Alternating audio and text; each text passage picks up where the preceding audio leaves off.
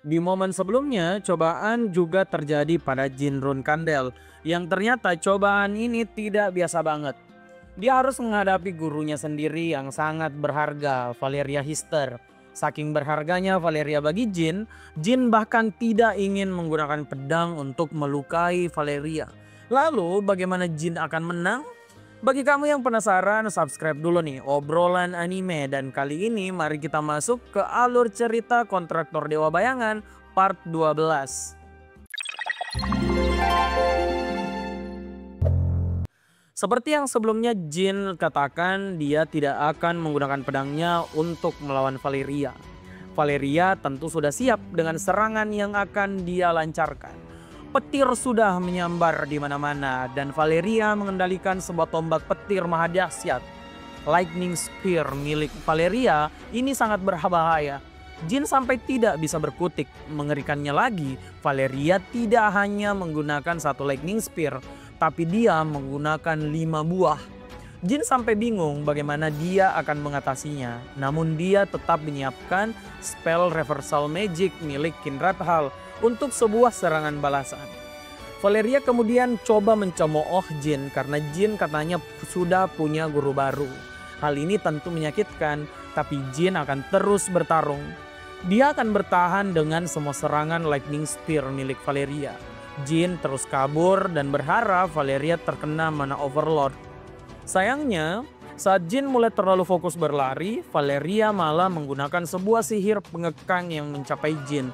Jin kaget dengan hal itu karena harusnya Valeria tidak punya mana yang cukup untuk menggunakan semua spellnya. Jin kemudian baru sadar kalau 5 Lightning Spear milik Valeria itu 4 diantaranya adalah sebuah ilusi. Untung saja Jin masih menyimpan kartu untuk dimainkan. Dia men-summon Tess untuk menahan serangan Lightning Spear milik Valeria. Momen Tess melindungi Jin, Jin sudah menyelesaikan mantra dari Reverse Heaven. Jin mengatakan Valeria tidak bisa menahan semuanya, menahan Reverse Heaven sambil terus menggunakan banyak sihir. Menurut Jin, jika Valeria belum tumbang, dia mengaku kalah. Valeria curiga dengan pengakuan Jin tersebut. Makanya dia menyuruh Jin berhenti melangkah mendekat. Valeria yang marah mengubah semua Lightning Spear-nya menjadi Lightning Dragon. Naga merah menyala dari kekuatan petir. Tanpa ampun, Valeria menghujam Jin dengan sihir tersebut. Jin hanya bisa terus menghindar untuk memperpendek jarak antar mereka. Saat semakin dekat, Jin kemudian mengeluarkan sebuah belati, menyelimutinya dengan shadow energi. Dan kemudian Jin melemparkan belati tersebut untuk mengatakan dia telah menang. Belati yang Jin lemparkan melewati Valeria, tepat sasaran. Jin kemudian bilang kalau itu adalah ajaran Valeria sendiri, di mana seseorang harus bertarung dengan menipu lawannya hingga lengah bagaimanapun caranya. Serangan yang mengenai Valeria tadi itu membuatnya terkapar tidak berdaya. Di momen terakhir ini, Valeria mengatakan kalau dia bangga pada Jin, muridnya yang sangat berharga. Jin tahu kalau semua itu hanyalah sebuah fatamorgana, tapi dia melihat Valeria yang ada di depannya seperti sebuah realitas. Gurunya yang sangat berharga. Nah, Jin yang melancarkan serangan terakhirnya dengan serius itu membuatnya menangis. Meski semua tadi ilusi, dia tidak menyangka di dalam fase hidupnya dia bisa tega menyerang Valeria. Jin yang masih tenggelam dalam pikirannya kemudian kembali tercengang. Sekali lagi gurun mitra berubah menjadi sebuah kuburan pedang yang luas. Seorang pria berdiri di depan Jin. Awalnya Jin mengira itu adalah ayahnya. Namun saat dia memperhatikan, di depannya adalah Temar Run Kandel, sang patriark pertama dari keluarganya. Cuma berada di depan pria ini, Jin terkapar lesu. Dia bahkan muntah karena tekanan yang dimunculkan oleh Timar. Kekuatan yang tidak pernah disangka Jin bisa dimiliki oleh seorang manusia. Jin sadar ini memang fatamorgana lainnya, namun tekanan yang dia rasakan begitu nyata. Temar seakan melarang Jin menuju ke rumah suku Illustrious Legend. Jin kemudian bangkit dan menantang Temar Run Kandel. Temar yang ditantang Jin kemudian tersenyum. Seorang perempuan keluar dari sebuah gate. Dia kaget karena Temar tersenyum setelah 1000 tahun lamanya. Dia tidak menyangka Temar akan tersenyum pada seorang anak muda. Wanita ini sadar Jin memang menarik. Kesungguhan hati Jin saat melawan saudara kandung bahkan gurunya patut diganjar sebuah kelulusan. Namun siapa sangka Temar tidak memudahkan hidup Jin. Meski Jin seharusnya lulus, Temar kemudian menyerangnya dengan Shadow Slash. Membuat wanita tadi terkejut karena serangan tersebut bisa mengakhiri Jin. Melihat senyum Timar yang makin lebar, wanita tadi mengerti kalau Temar melihat Jin bisa melampaui batas yang pernah siapapun capai di keluarga Run Kandel. Temar belum cukup dengan Shadow Slash. Dia mengendalikan semua pedang yang ada di Gurun Mitra dan mengerahkannya pada Jin. Saat Jin terhujam, dia tampak tidak berdaya, namun dia terus maju. Saat berdekatan dengan Temar, akhirnya dia bisa mengangkat pedang dan mengatakan dia akan melampaui apapun yang ada di hadapannya karena dia adalah seorang Run Kandel. Saat serangan Jin akan mendarat, Temar malah menghilang di depan Jin. Hal ini membuatnya sangat gila. Dia terus berteriak mencari Temar. Sebuah suara kemudian mengingatkan Jin tentang tujuannya ke Gurun Mitra. Dia itu tidak mencari Temar, tapi mencari suku Illustros Legend. Jin kemudian mengingat kata Murakan, setelah Fata Morgana ketiga, dia bisa membuka pintu masuk ke dalam kota suku tersebut dengan mengalirkan shadow energi ke tubuhnya. Saat Jin melepas energi tersebut, dia merasakan pintu yang bisa dia hancurkan. Jin kemudian melangkah dan melakukan Shadow Slash. Hal ini ternyata berhasil. Jin membuka sebuah portal di mana seorang laki-laki bertubuh tegap muncul dan mengacungi Jin jempol. Dia mengatakan kontraktor Solderet itu memang hebat-hebat. Pria ini bilang kalau merekalah yang menyediakan semua ujian yang telah Jin lewati untuk menguji tekadnya. Jin jelas marah dan menyerang pria tadi. Sayangnya pria ini melihat serangan Jin seperti anak-anak yang sedang marah. Dia kemudian memberikan kata selamat datang pada Jin. Jin sudah sampai di Lavrosa, tanah milik suku Illustros Legend. Jin kemudian disuguhkan sebuah minuman yang rasanya membuat pusing. Pria tadi bilang kalau minuman tadi adalah kualitas tinggi yang disuling oleh mereka menggunakan berlian yang mujarab menyelesaikan luka fisik dan mental. Jin yang mencoba itu merasakan kebenaran dari kata-kata pria tersebut.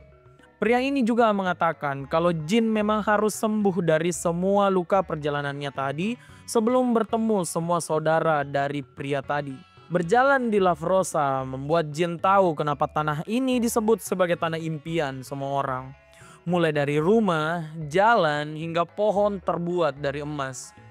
Jin juga menanyakan batu berlian di dada pria yang mengantarnya itu adalah ornamen apa. Pria ini mengatakan kalau itu bukan ornamen, melainkan jantung mereka. Semua orang di suku ini memiliki berlian tersebut, tapi sayang suku ini tinggal bersisa 77 orang. Di antara 77 ini, ada beberapa yang dianggap sebagai yang terkuat, yaitu 12 War King dan pemimpin mereka yaitu Warlord. Orang-orang tangguh ini yang akan mewariskan Jin Spirit Sword. Setelah jalan beberapa saat, Jin sampai di Warlord Hall. Tempat Jin akan menerima Spirit Sword. Tekanan tempat ini sangat luar biasa. Andai saja Jin tidak menerima tekanan dari Timar, dia bisa pingsan karena tekanan tempat tersebut. Pria yang menjadi guide dari Jin memperingatkan kalau Jin harus menjaga mulutnya di dalam karena suku ini tidak sebaik Solderet. Saat masuk, Jin terkejut dengan sambutan hangat banyak orang. Seorang wanita tangguh bahkan mengangkatnya untuk dipamerkan. Jin sangat terkenal di sana karena sudah 1000 tahun lamanya mereka tidak mendapatkan murid. Setelah Jin mandi, dia tidak menyangka kalau dirinya tuh bakal dipuji karena mandi begitu bersih. Suku ini memang sudah terisolir selama 1000 tahun. Mungkin saja makhluk luar bagi mereka adalah orang kumuh dulunya. Jin pun siap ke aula utama bertemu Warlord dan para War King. Saat menuju ke kediaman Warlord, Jin melihat kalau permata di dada pemandunya bersinar terang. Hal ini sepertinya karena mereka sudah dekat dengan Warlord.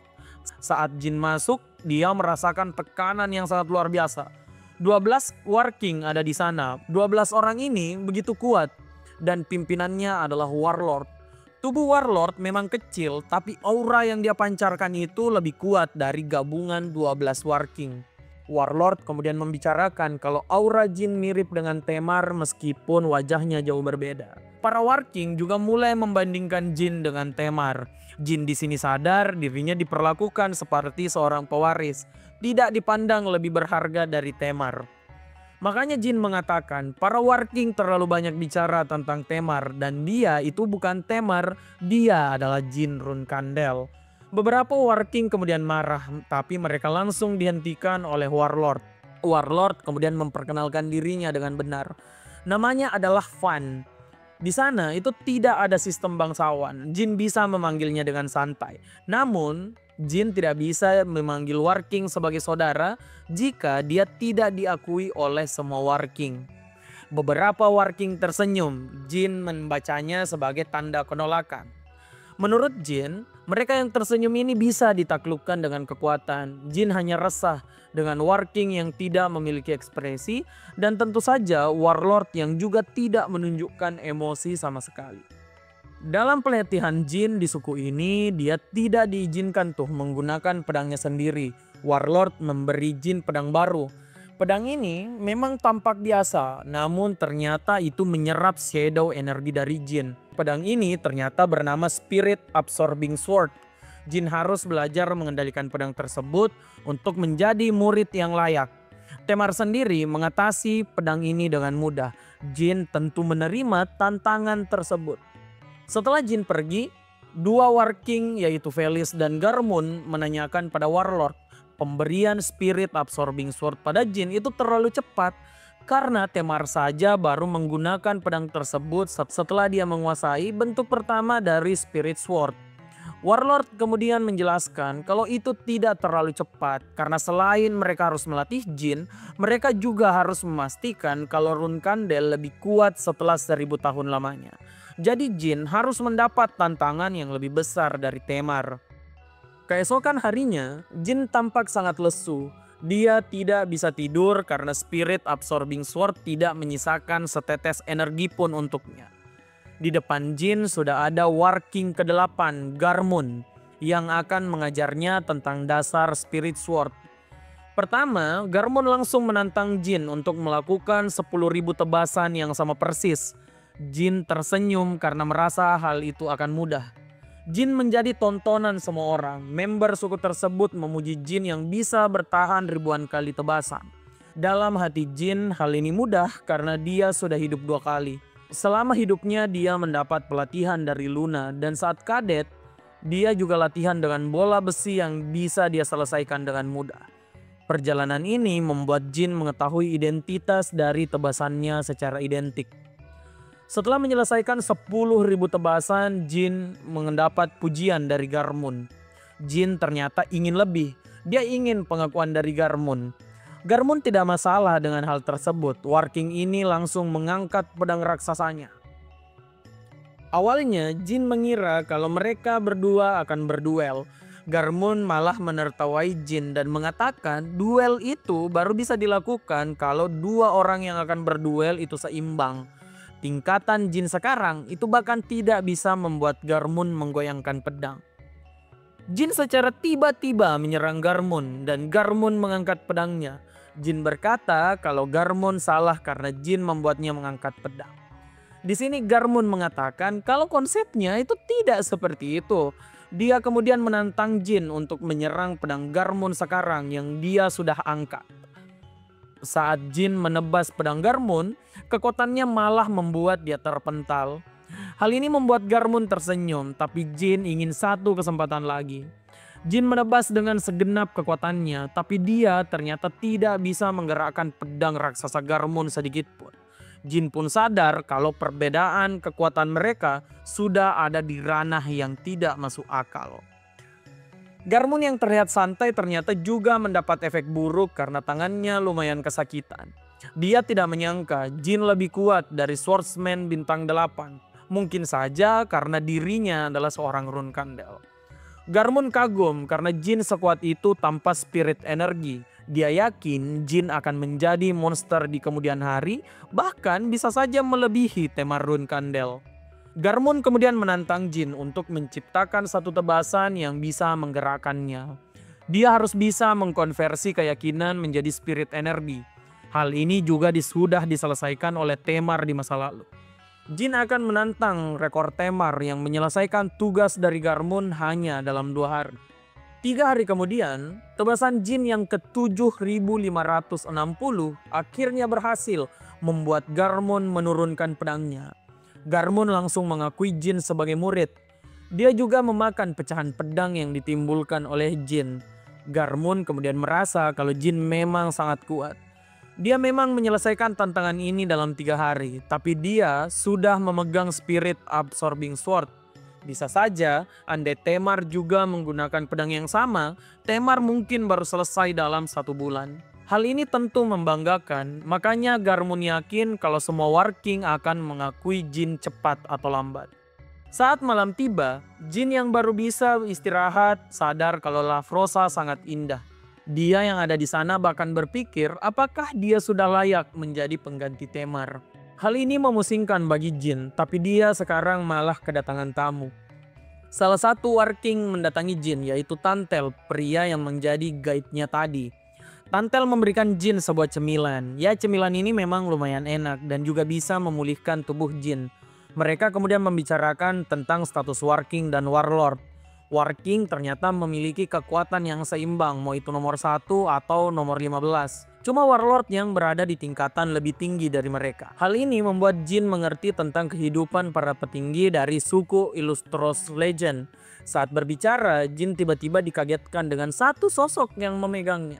Saat Jin bergerak dan menyiapkan pedangnya, pria di depannya ternyata War King kelima, yaitu Boris. Apa yang dilakukan Boris di sana? Apa om ini mencari Okirenga? Ya nggak tahu deh. Kita tunggu aja lanjutannya di video berikutnya. Jangan lupa like, komen, dan subscribe obrolan anime.